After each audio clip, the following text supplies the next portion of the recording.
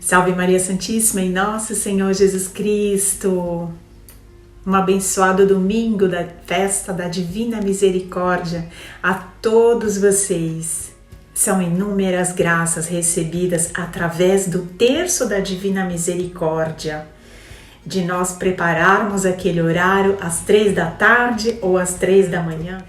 E hoje estou aqui para falar a vocês sobre Ugo Festa. Ugo Festa, um italiano, o qual ele teve a cura extraordinária de uma esclerose múltipla, através da icona de Jesus Misericordioso. Esse rapaz já sofria de esclerose múltipla há 11 anos.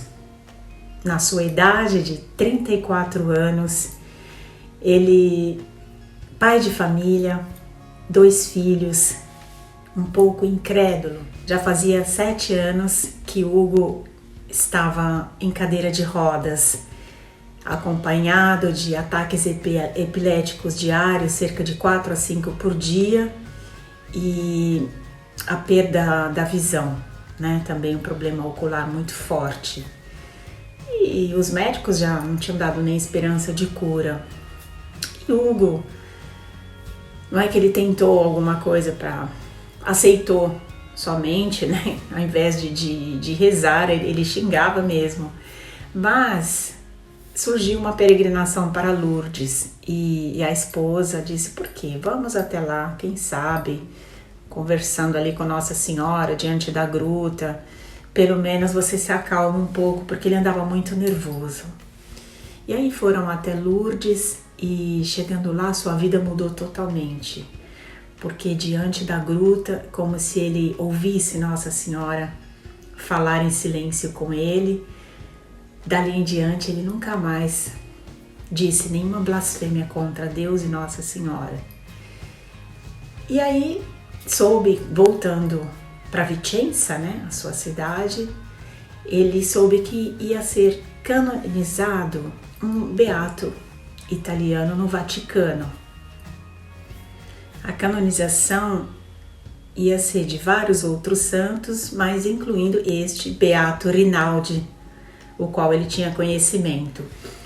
E aí essa caravana partia de Trento, né, mais ainda no norte da Itália, até Roma, enfim, na cidade do Vaticano.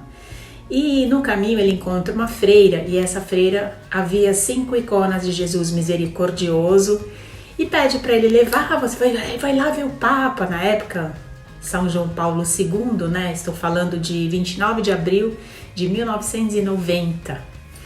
E ela deu para ele levar para o Papa abençoar. E aí ele foi, pouco assim, esperançoso, mas ele já tinha, depois de Lourdes, né? Ele fez uma confissão sacramental na gruta. E aí a sua vida, ele começou a serenar, né? Devagarinho, também acompanhando dessa icona. Lá eu quero lembrar a vocês, ressaltar, que quando um cadeirante vai na audiência papal, quer seja uma canonização, uma data festiva, né? Não digo ângelos, não que o Papa aparece na janelinha, mas, por exemplo, às quartas-feiras tem aula Paulo VI, né? Que é a aula Nerve, que é mais fechada, ou se não a Praça São Pedro. Eis que todos os cadeirantes ficam no centro, onde ou o Papa passa com o Papa móvel dentro da sala, ele vem caminhando e cumprimenta e abençoa um por um. Isso é um ritual papal, né? Do Santo Pontífice. E assim que o Papa entrou, né? Ele já avistou, Ugo era um dos primeiros com aquela icona embaixo do braço de Jesus Misericordioso e tadinho, sabe? A esclerose múltipla atrofia os músculos, né? A pessoa vai atrofiando, não consegue quase coordenar os movimentos, é muito triste. E aí ele pegou aquela icona e mostrando assim pro Papa, o Papa olhou para ele, né? E perguntou como ele estava. Ele disse: eu estou em crise, a coisa tá preta. né? E o Papa disse: como a coisa está preta, como você está em crise, se você tem embaixo do braço Jesus misericordioso, ele é. E o Papa falou: olha, confie em Jesus, entregue as suas dores a ele, a divina misericórdia, e reze para a Suor Faustina, para que ela interceda por você. E foi. Daquele dia, Hugo sentiu assim uma esperança brotar no seu coração, e tinha uns bochichos ali mesmo naquele dia no Vaticano que o Papa anunciou que ia ter uma peregrinação dedicada à Divina Misericórdia em Trento, para quem quisesse, né, pegasse o endereço e tal. E ele se inscreveu. Mas aí ele falou: nossa, mas são tantos dias, eu não sei quantos dias eram, mas ele falou: muitos dias.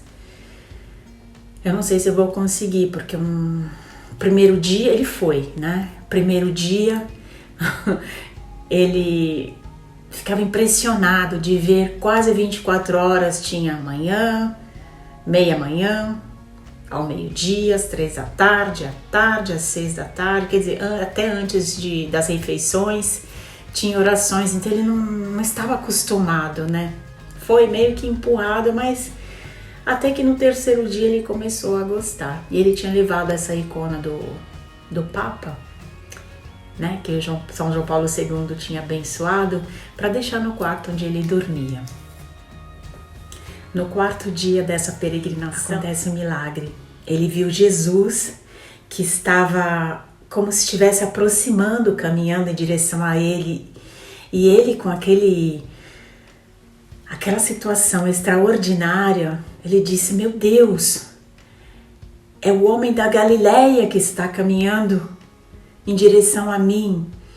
Ele ficou totalmente atormentado e ele disse: se és mesmo o homem da Galileia, levanta-me se és capaz. Era manhã de 2 de agosto de 1994. O Hugo se levanta, ergue as mãos para os céus em agradecimento e caminha, curado. Todo o retiro, as pessoas que estavam no retiro, ele mesmo não acreditava, porque antes dele ir para o retiro, a esposa dele havia dito: olha, que curaram uma mulher de câncer nesse retiro, quem sabe você vai, né? Ele: eu vou, mas eu não quero saber dessas magias para mim. Ele tinha até dito antes para o padre. E olha, a partir daí ele começou a fazer obras de caridade. O Hugo tinha 1,90 m de altura, alto, né, um moço até bonito, e ele tinha assim uma inteligência muito grande, apesar de ter sido operário, mas ele tinha uma formação boa, de dar palestras. Ele começou a dar palestras, ajudar os pobres, conheceu através do Vaticano, porque 20 dias depois que ele ficou curado, ele foi novamente até o Vaticano, isso sempre através da sua diocese, né, da sua cidade, que tinha mandado uma carta para o Papa recebê-lo, e ele foi lá caminhando. Nessa foto vocês viram Hugo entregando o documento para São João Paulo II da sua cura, que contribuiu para a canonização de Santa Faustina, né, que foi já no ano 2000. E o padre, o Dom Renato Tissot, que era o presidente da organização carismática daquele retiro da Divina Misericórdia, né, que ele esteve em Trento, ele diz que Hugo era como se fosse, o mártir dos nossos tempos, e ele fez mais. Essa icona foi levada para a Bósnia-Herzegovina, porque sabemos que em 1994, 96, teve a guerra que dividiu a Bósnia, a Iugoslávia, né, Herzegovina, e a cidade ficou muito pobrezinha, precisando mesmo de uma misericórdia, e ele levou até lá. Existe uma igrejinha, está numa capela, tanto a icona, essa milagrosa de Hugo, que já fez outros milagres, né, até os dias de hoje, uma relíquia da Santa Faustina, uma relíquia de São João Paulo II, de primeiro grau. E está lá, a cidadezinha se chama Surmance, fica na Bósnia e Herzegovina, entre Mostar e Medjugorje. E era isso, eu gostaria de ter passado para vocês antes, mas eis aqui, o melhor dia é este, o dia da Divina Misericórdia, da festa, que nós não podemos perder as esperanças. Porque, veja bem, esse rapaz sofreu desde o seu primeiro ano de vida, ele era órfão, né? Depois morrer assim assassinado, num período que ele estava no auge das obras de caridade. Sabe-se lá por quê? O que aconteceu? Até hoje é um mistério, né? Isso ocorreu em 2001.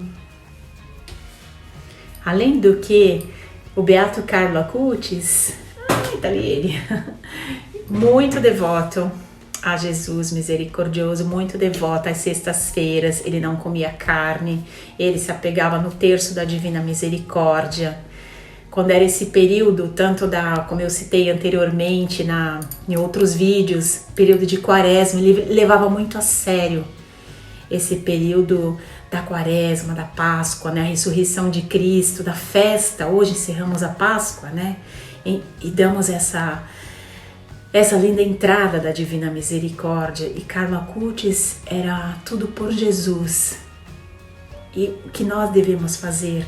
Sempre aquela frase: está inseguro da sua fé, de alguma coisa? Jesus, eu confio em vós. Diga comigo: Jesus, eu confio em vós. Jesus, eu confio em vós.